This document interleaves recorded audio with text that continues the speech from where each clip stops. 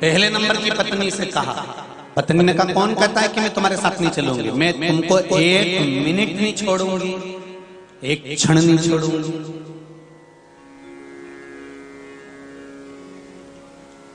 तुम क्यों चिंता करते हो, मैं तुम्हारे साथ चलूंगा।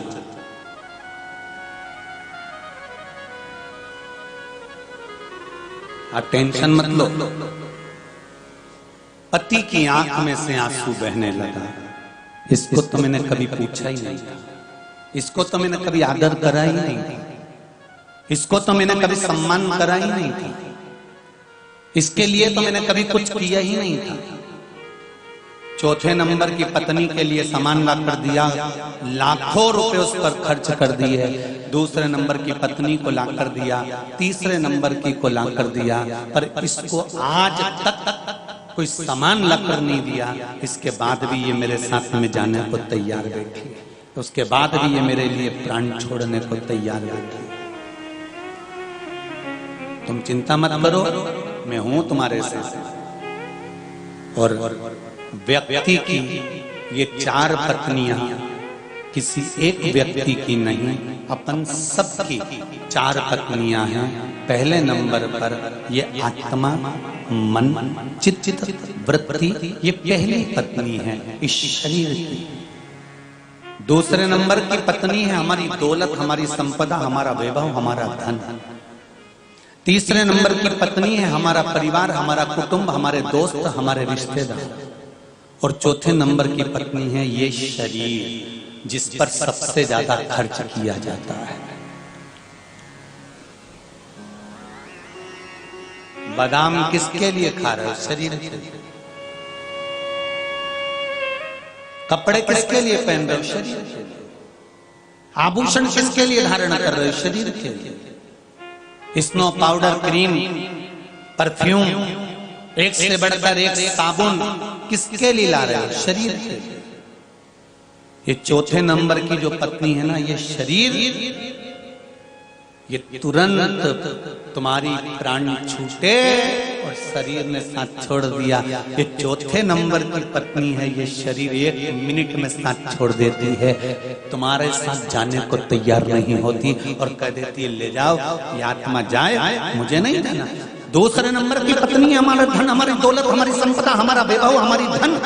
ये दूसरे नंबर की पत्नी कहती है तू जिंदा है जब तक मैं तेरा हूं, तू जिंदा है जब तक मैं तेरा, और जब तक तू जिंदा है तेरे हाथों से जो तुझे करना है कर ले, तेरे हाथों से जो लुटाना है लुटा ले, तेरे हाथों से जो करना है कर सकता है। मैं जब तक जिंदा है तू, तब तक। दूसरे नंबर की पत्नी कहती है कि ये धन, ये दौलत, ये संपदा कहती है कि तुम जिंदा हो तब तक मैं तुम्हारी हूं, और जैसे ही तुम मरोगे, दूसरे नंबर की पत्नी कहती है मैं दूसरे की हो जाऊंगी, मुझे तुझसे कोई मतलब नहीं, मैं दूसरी शादी कर लूंगी। ये धन और दौलत कहती है, ये संपदा कहती है, प्रॉपर्टी कहती है, जमीन कहती है, प्लाट कहता है, फार्म हाउस कहता है, हमारी 4-4 मंजिल की बिल्डिंगें कहती हैं, ये गाड़ी और ये बंगला कहता है, ये हमारे शरीर पर पड़ा हुआ जेवर कहता है कि जब तक तुम जिंदा हो तब तक मैं तुम्हारी हूं, और जिस दिन तुम मर गए उसके बाद में मैं दूसरे से शादी कर लूंगी। मतलब जमीन, जायदाद, प्रॉपर्टी, धन, दौलत, लॉकर में पड़ा हुआ पैसा, बैंक में पड़ा हुआ पैसा, ये सब मैं दूसरे। ये दूसरे नंबर की पत्नी तुरंत शादी करने को तैयार बैठी रहती है। तुम मरे और वो दूसरी शादी कर लेगी। धन तुम्हारे मरते से दूसरे का हो जाएगा, मकान दूसरे का हो जाएगा, तुरंत नामांतरण पर दूसरा नाम चढ़ जाएगा। तुम्हारा नाम था भैरू किशन, आ गया लाल किशन, चढ़ गया दूसरे का। जा, मकान पे तुम्हारा नाम लिखा था, तख्ती निकल कर दूसरे का लग जाएगा। फार्म हाउस पे तुम्हारा नाम लिखा था, बदल कर दूसरे का लिखा जाएगा। तुरंत ये दूसरे नंबर की पत्नी तुरंत दूसरी शादी कर लेती है। इसको देरी नहीं लगती शादी करने में। तुम मरे और ये धन दूसरे का हो गया, तुम्हारे मरते से तुम्हारे कपड़े दूसरे के हो गए, तुम्हारी ज्वेलरी दूसरे की हो गई, तुम्हारा वैभव दूसरे का हो गया, गाड़ी दूसरे की हो गई, दौलत दूसरे की हो गई। और संभाला किसने, रखा किसने, संजोकर किसने रखा, तुमने। और ये दौलत तुम्हारी नहीं हो पाई।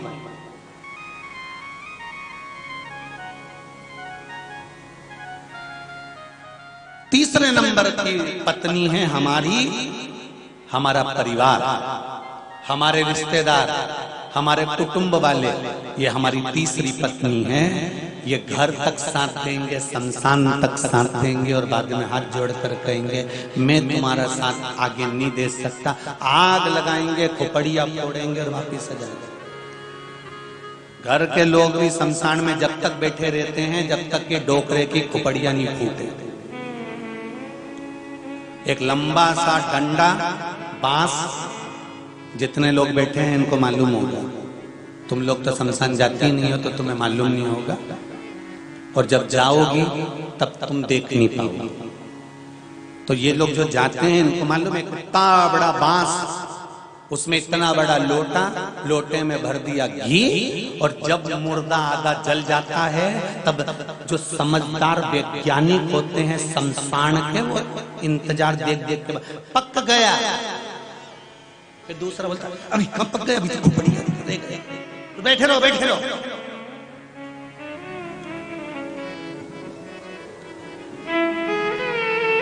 भगवान जाने इनने भी कितने रिसर्च करे होंगे खोपड़िया। आ जाओ सब उठ के आ जाओ, और फिर डंडे को पकड़ के और छोरे के हाथ में दिया जाता है, बेटे के हाथ में, देखो खोपड़िया में बाप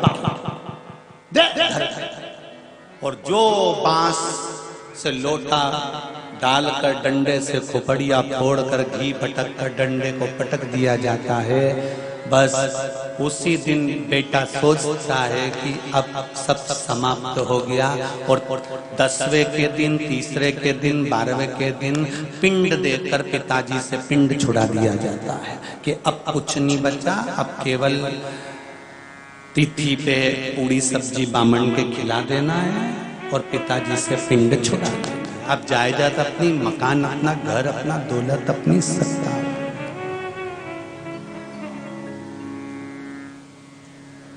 सब मतलब के यार हमने देख लिया, जितने नजर आते हैं।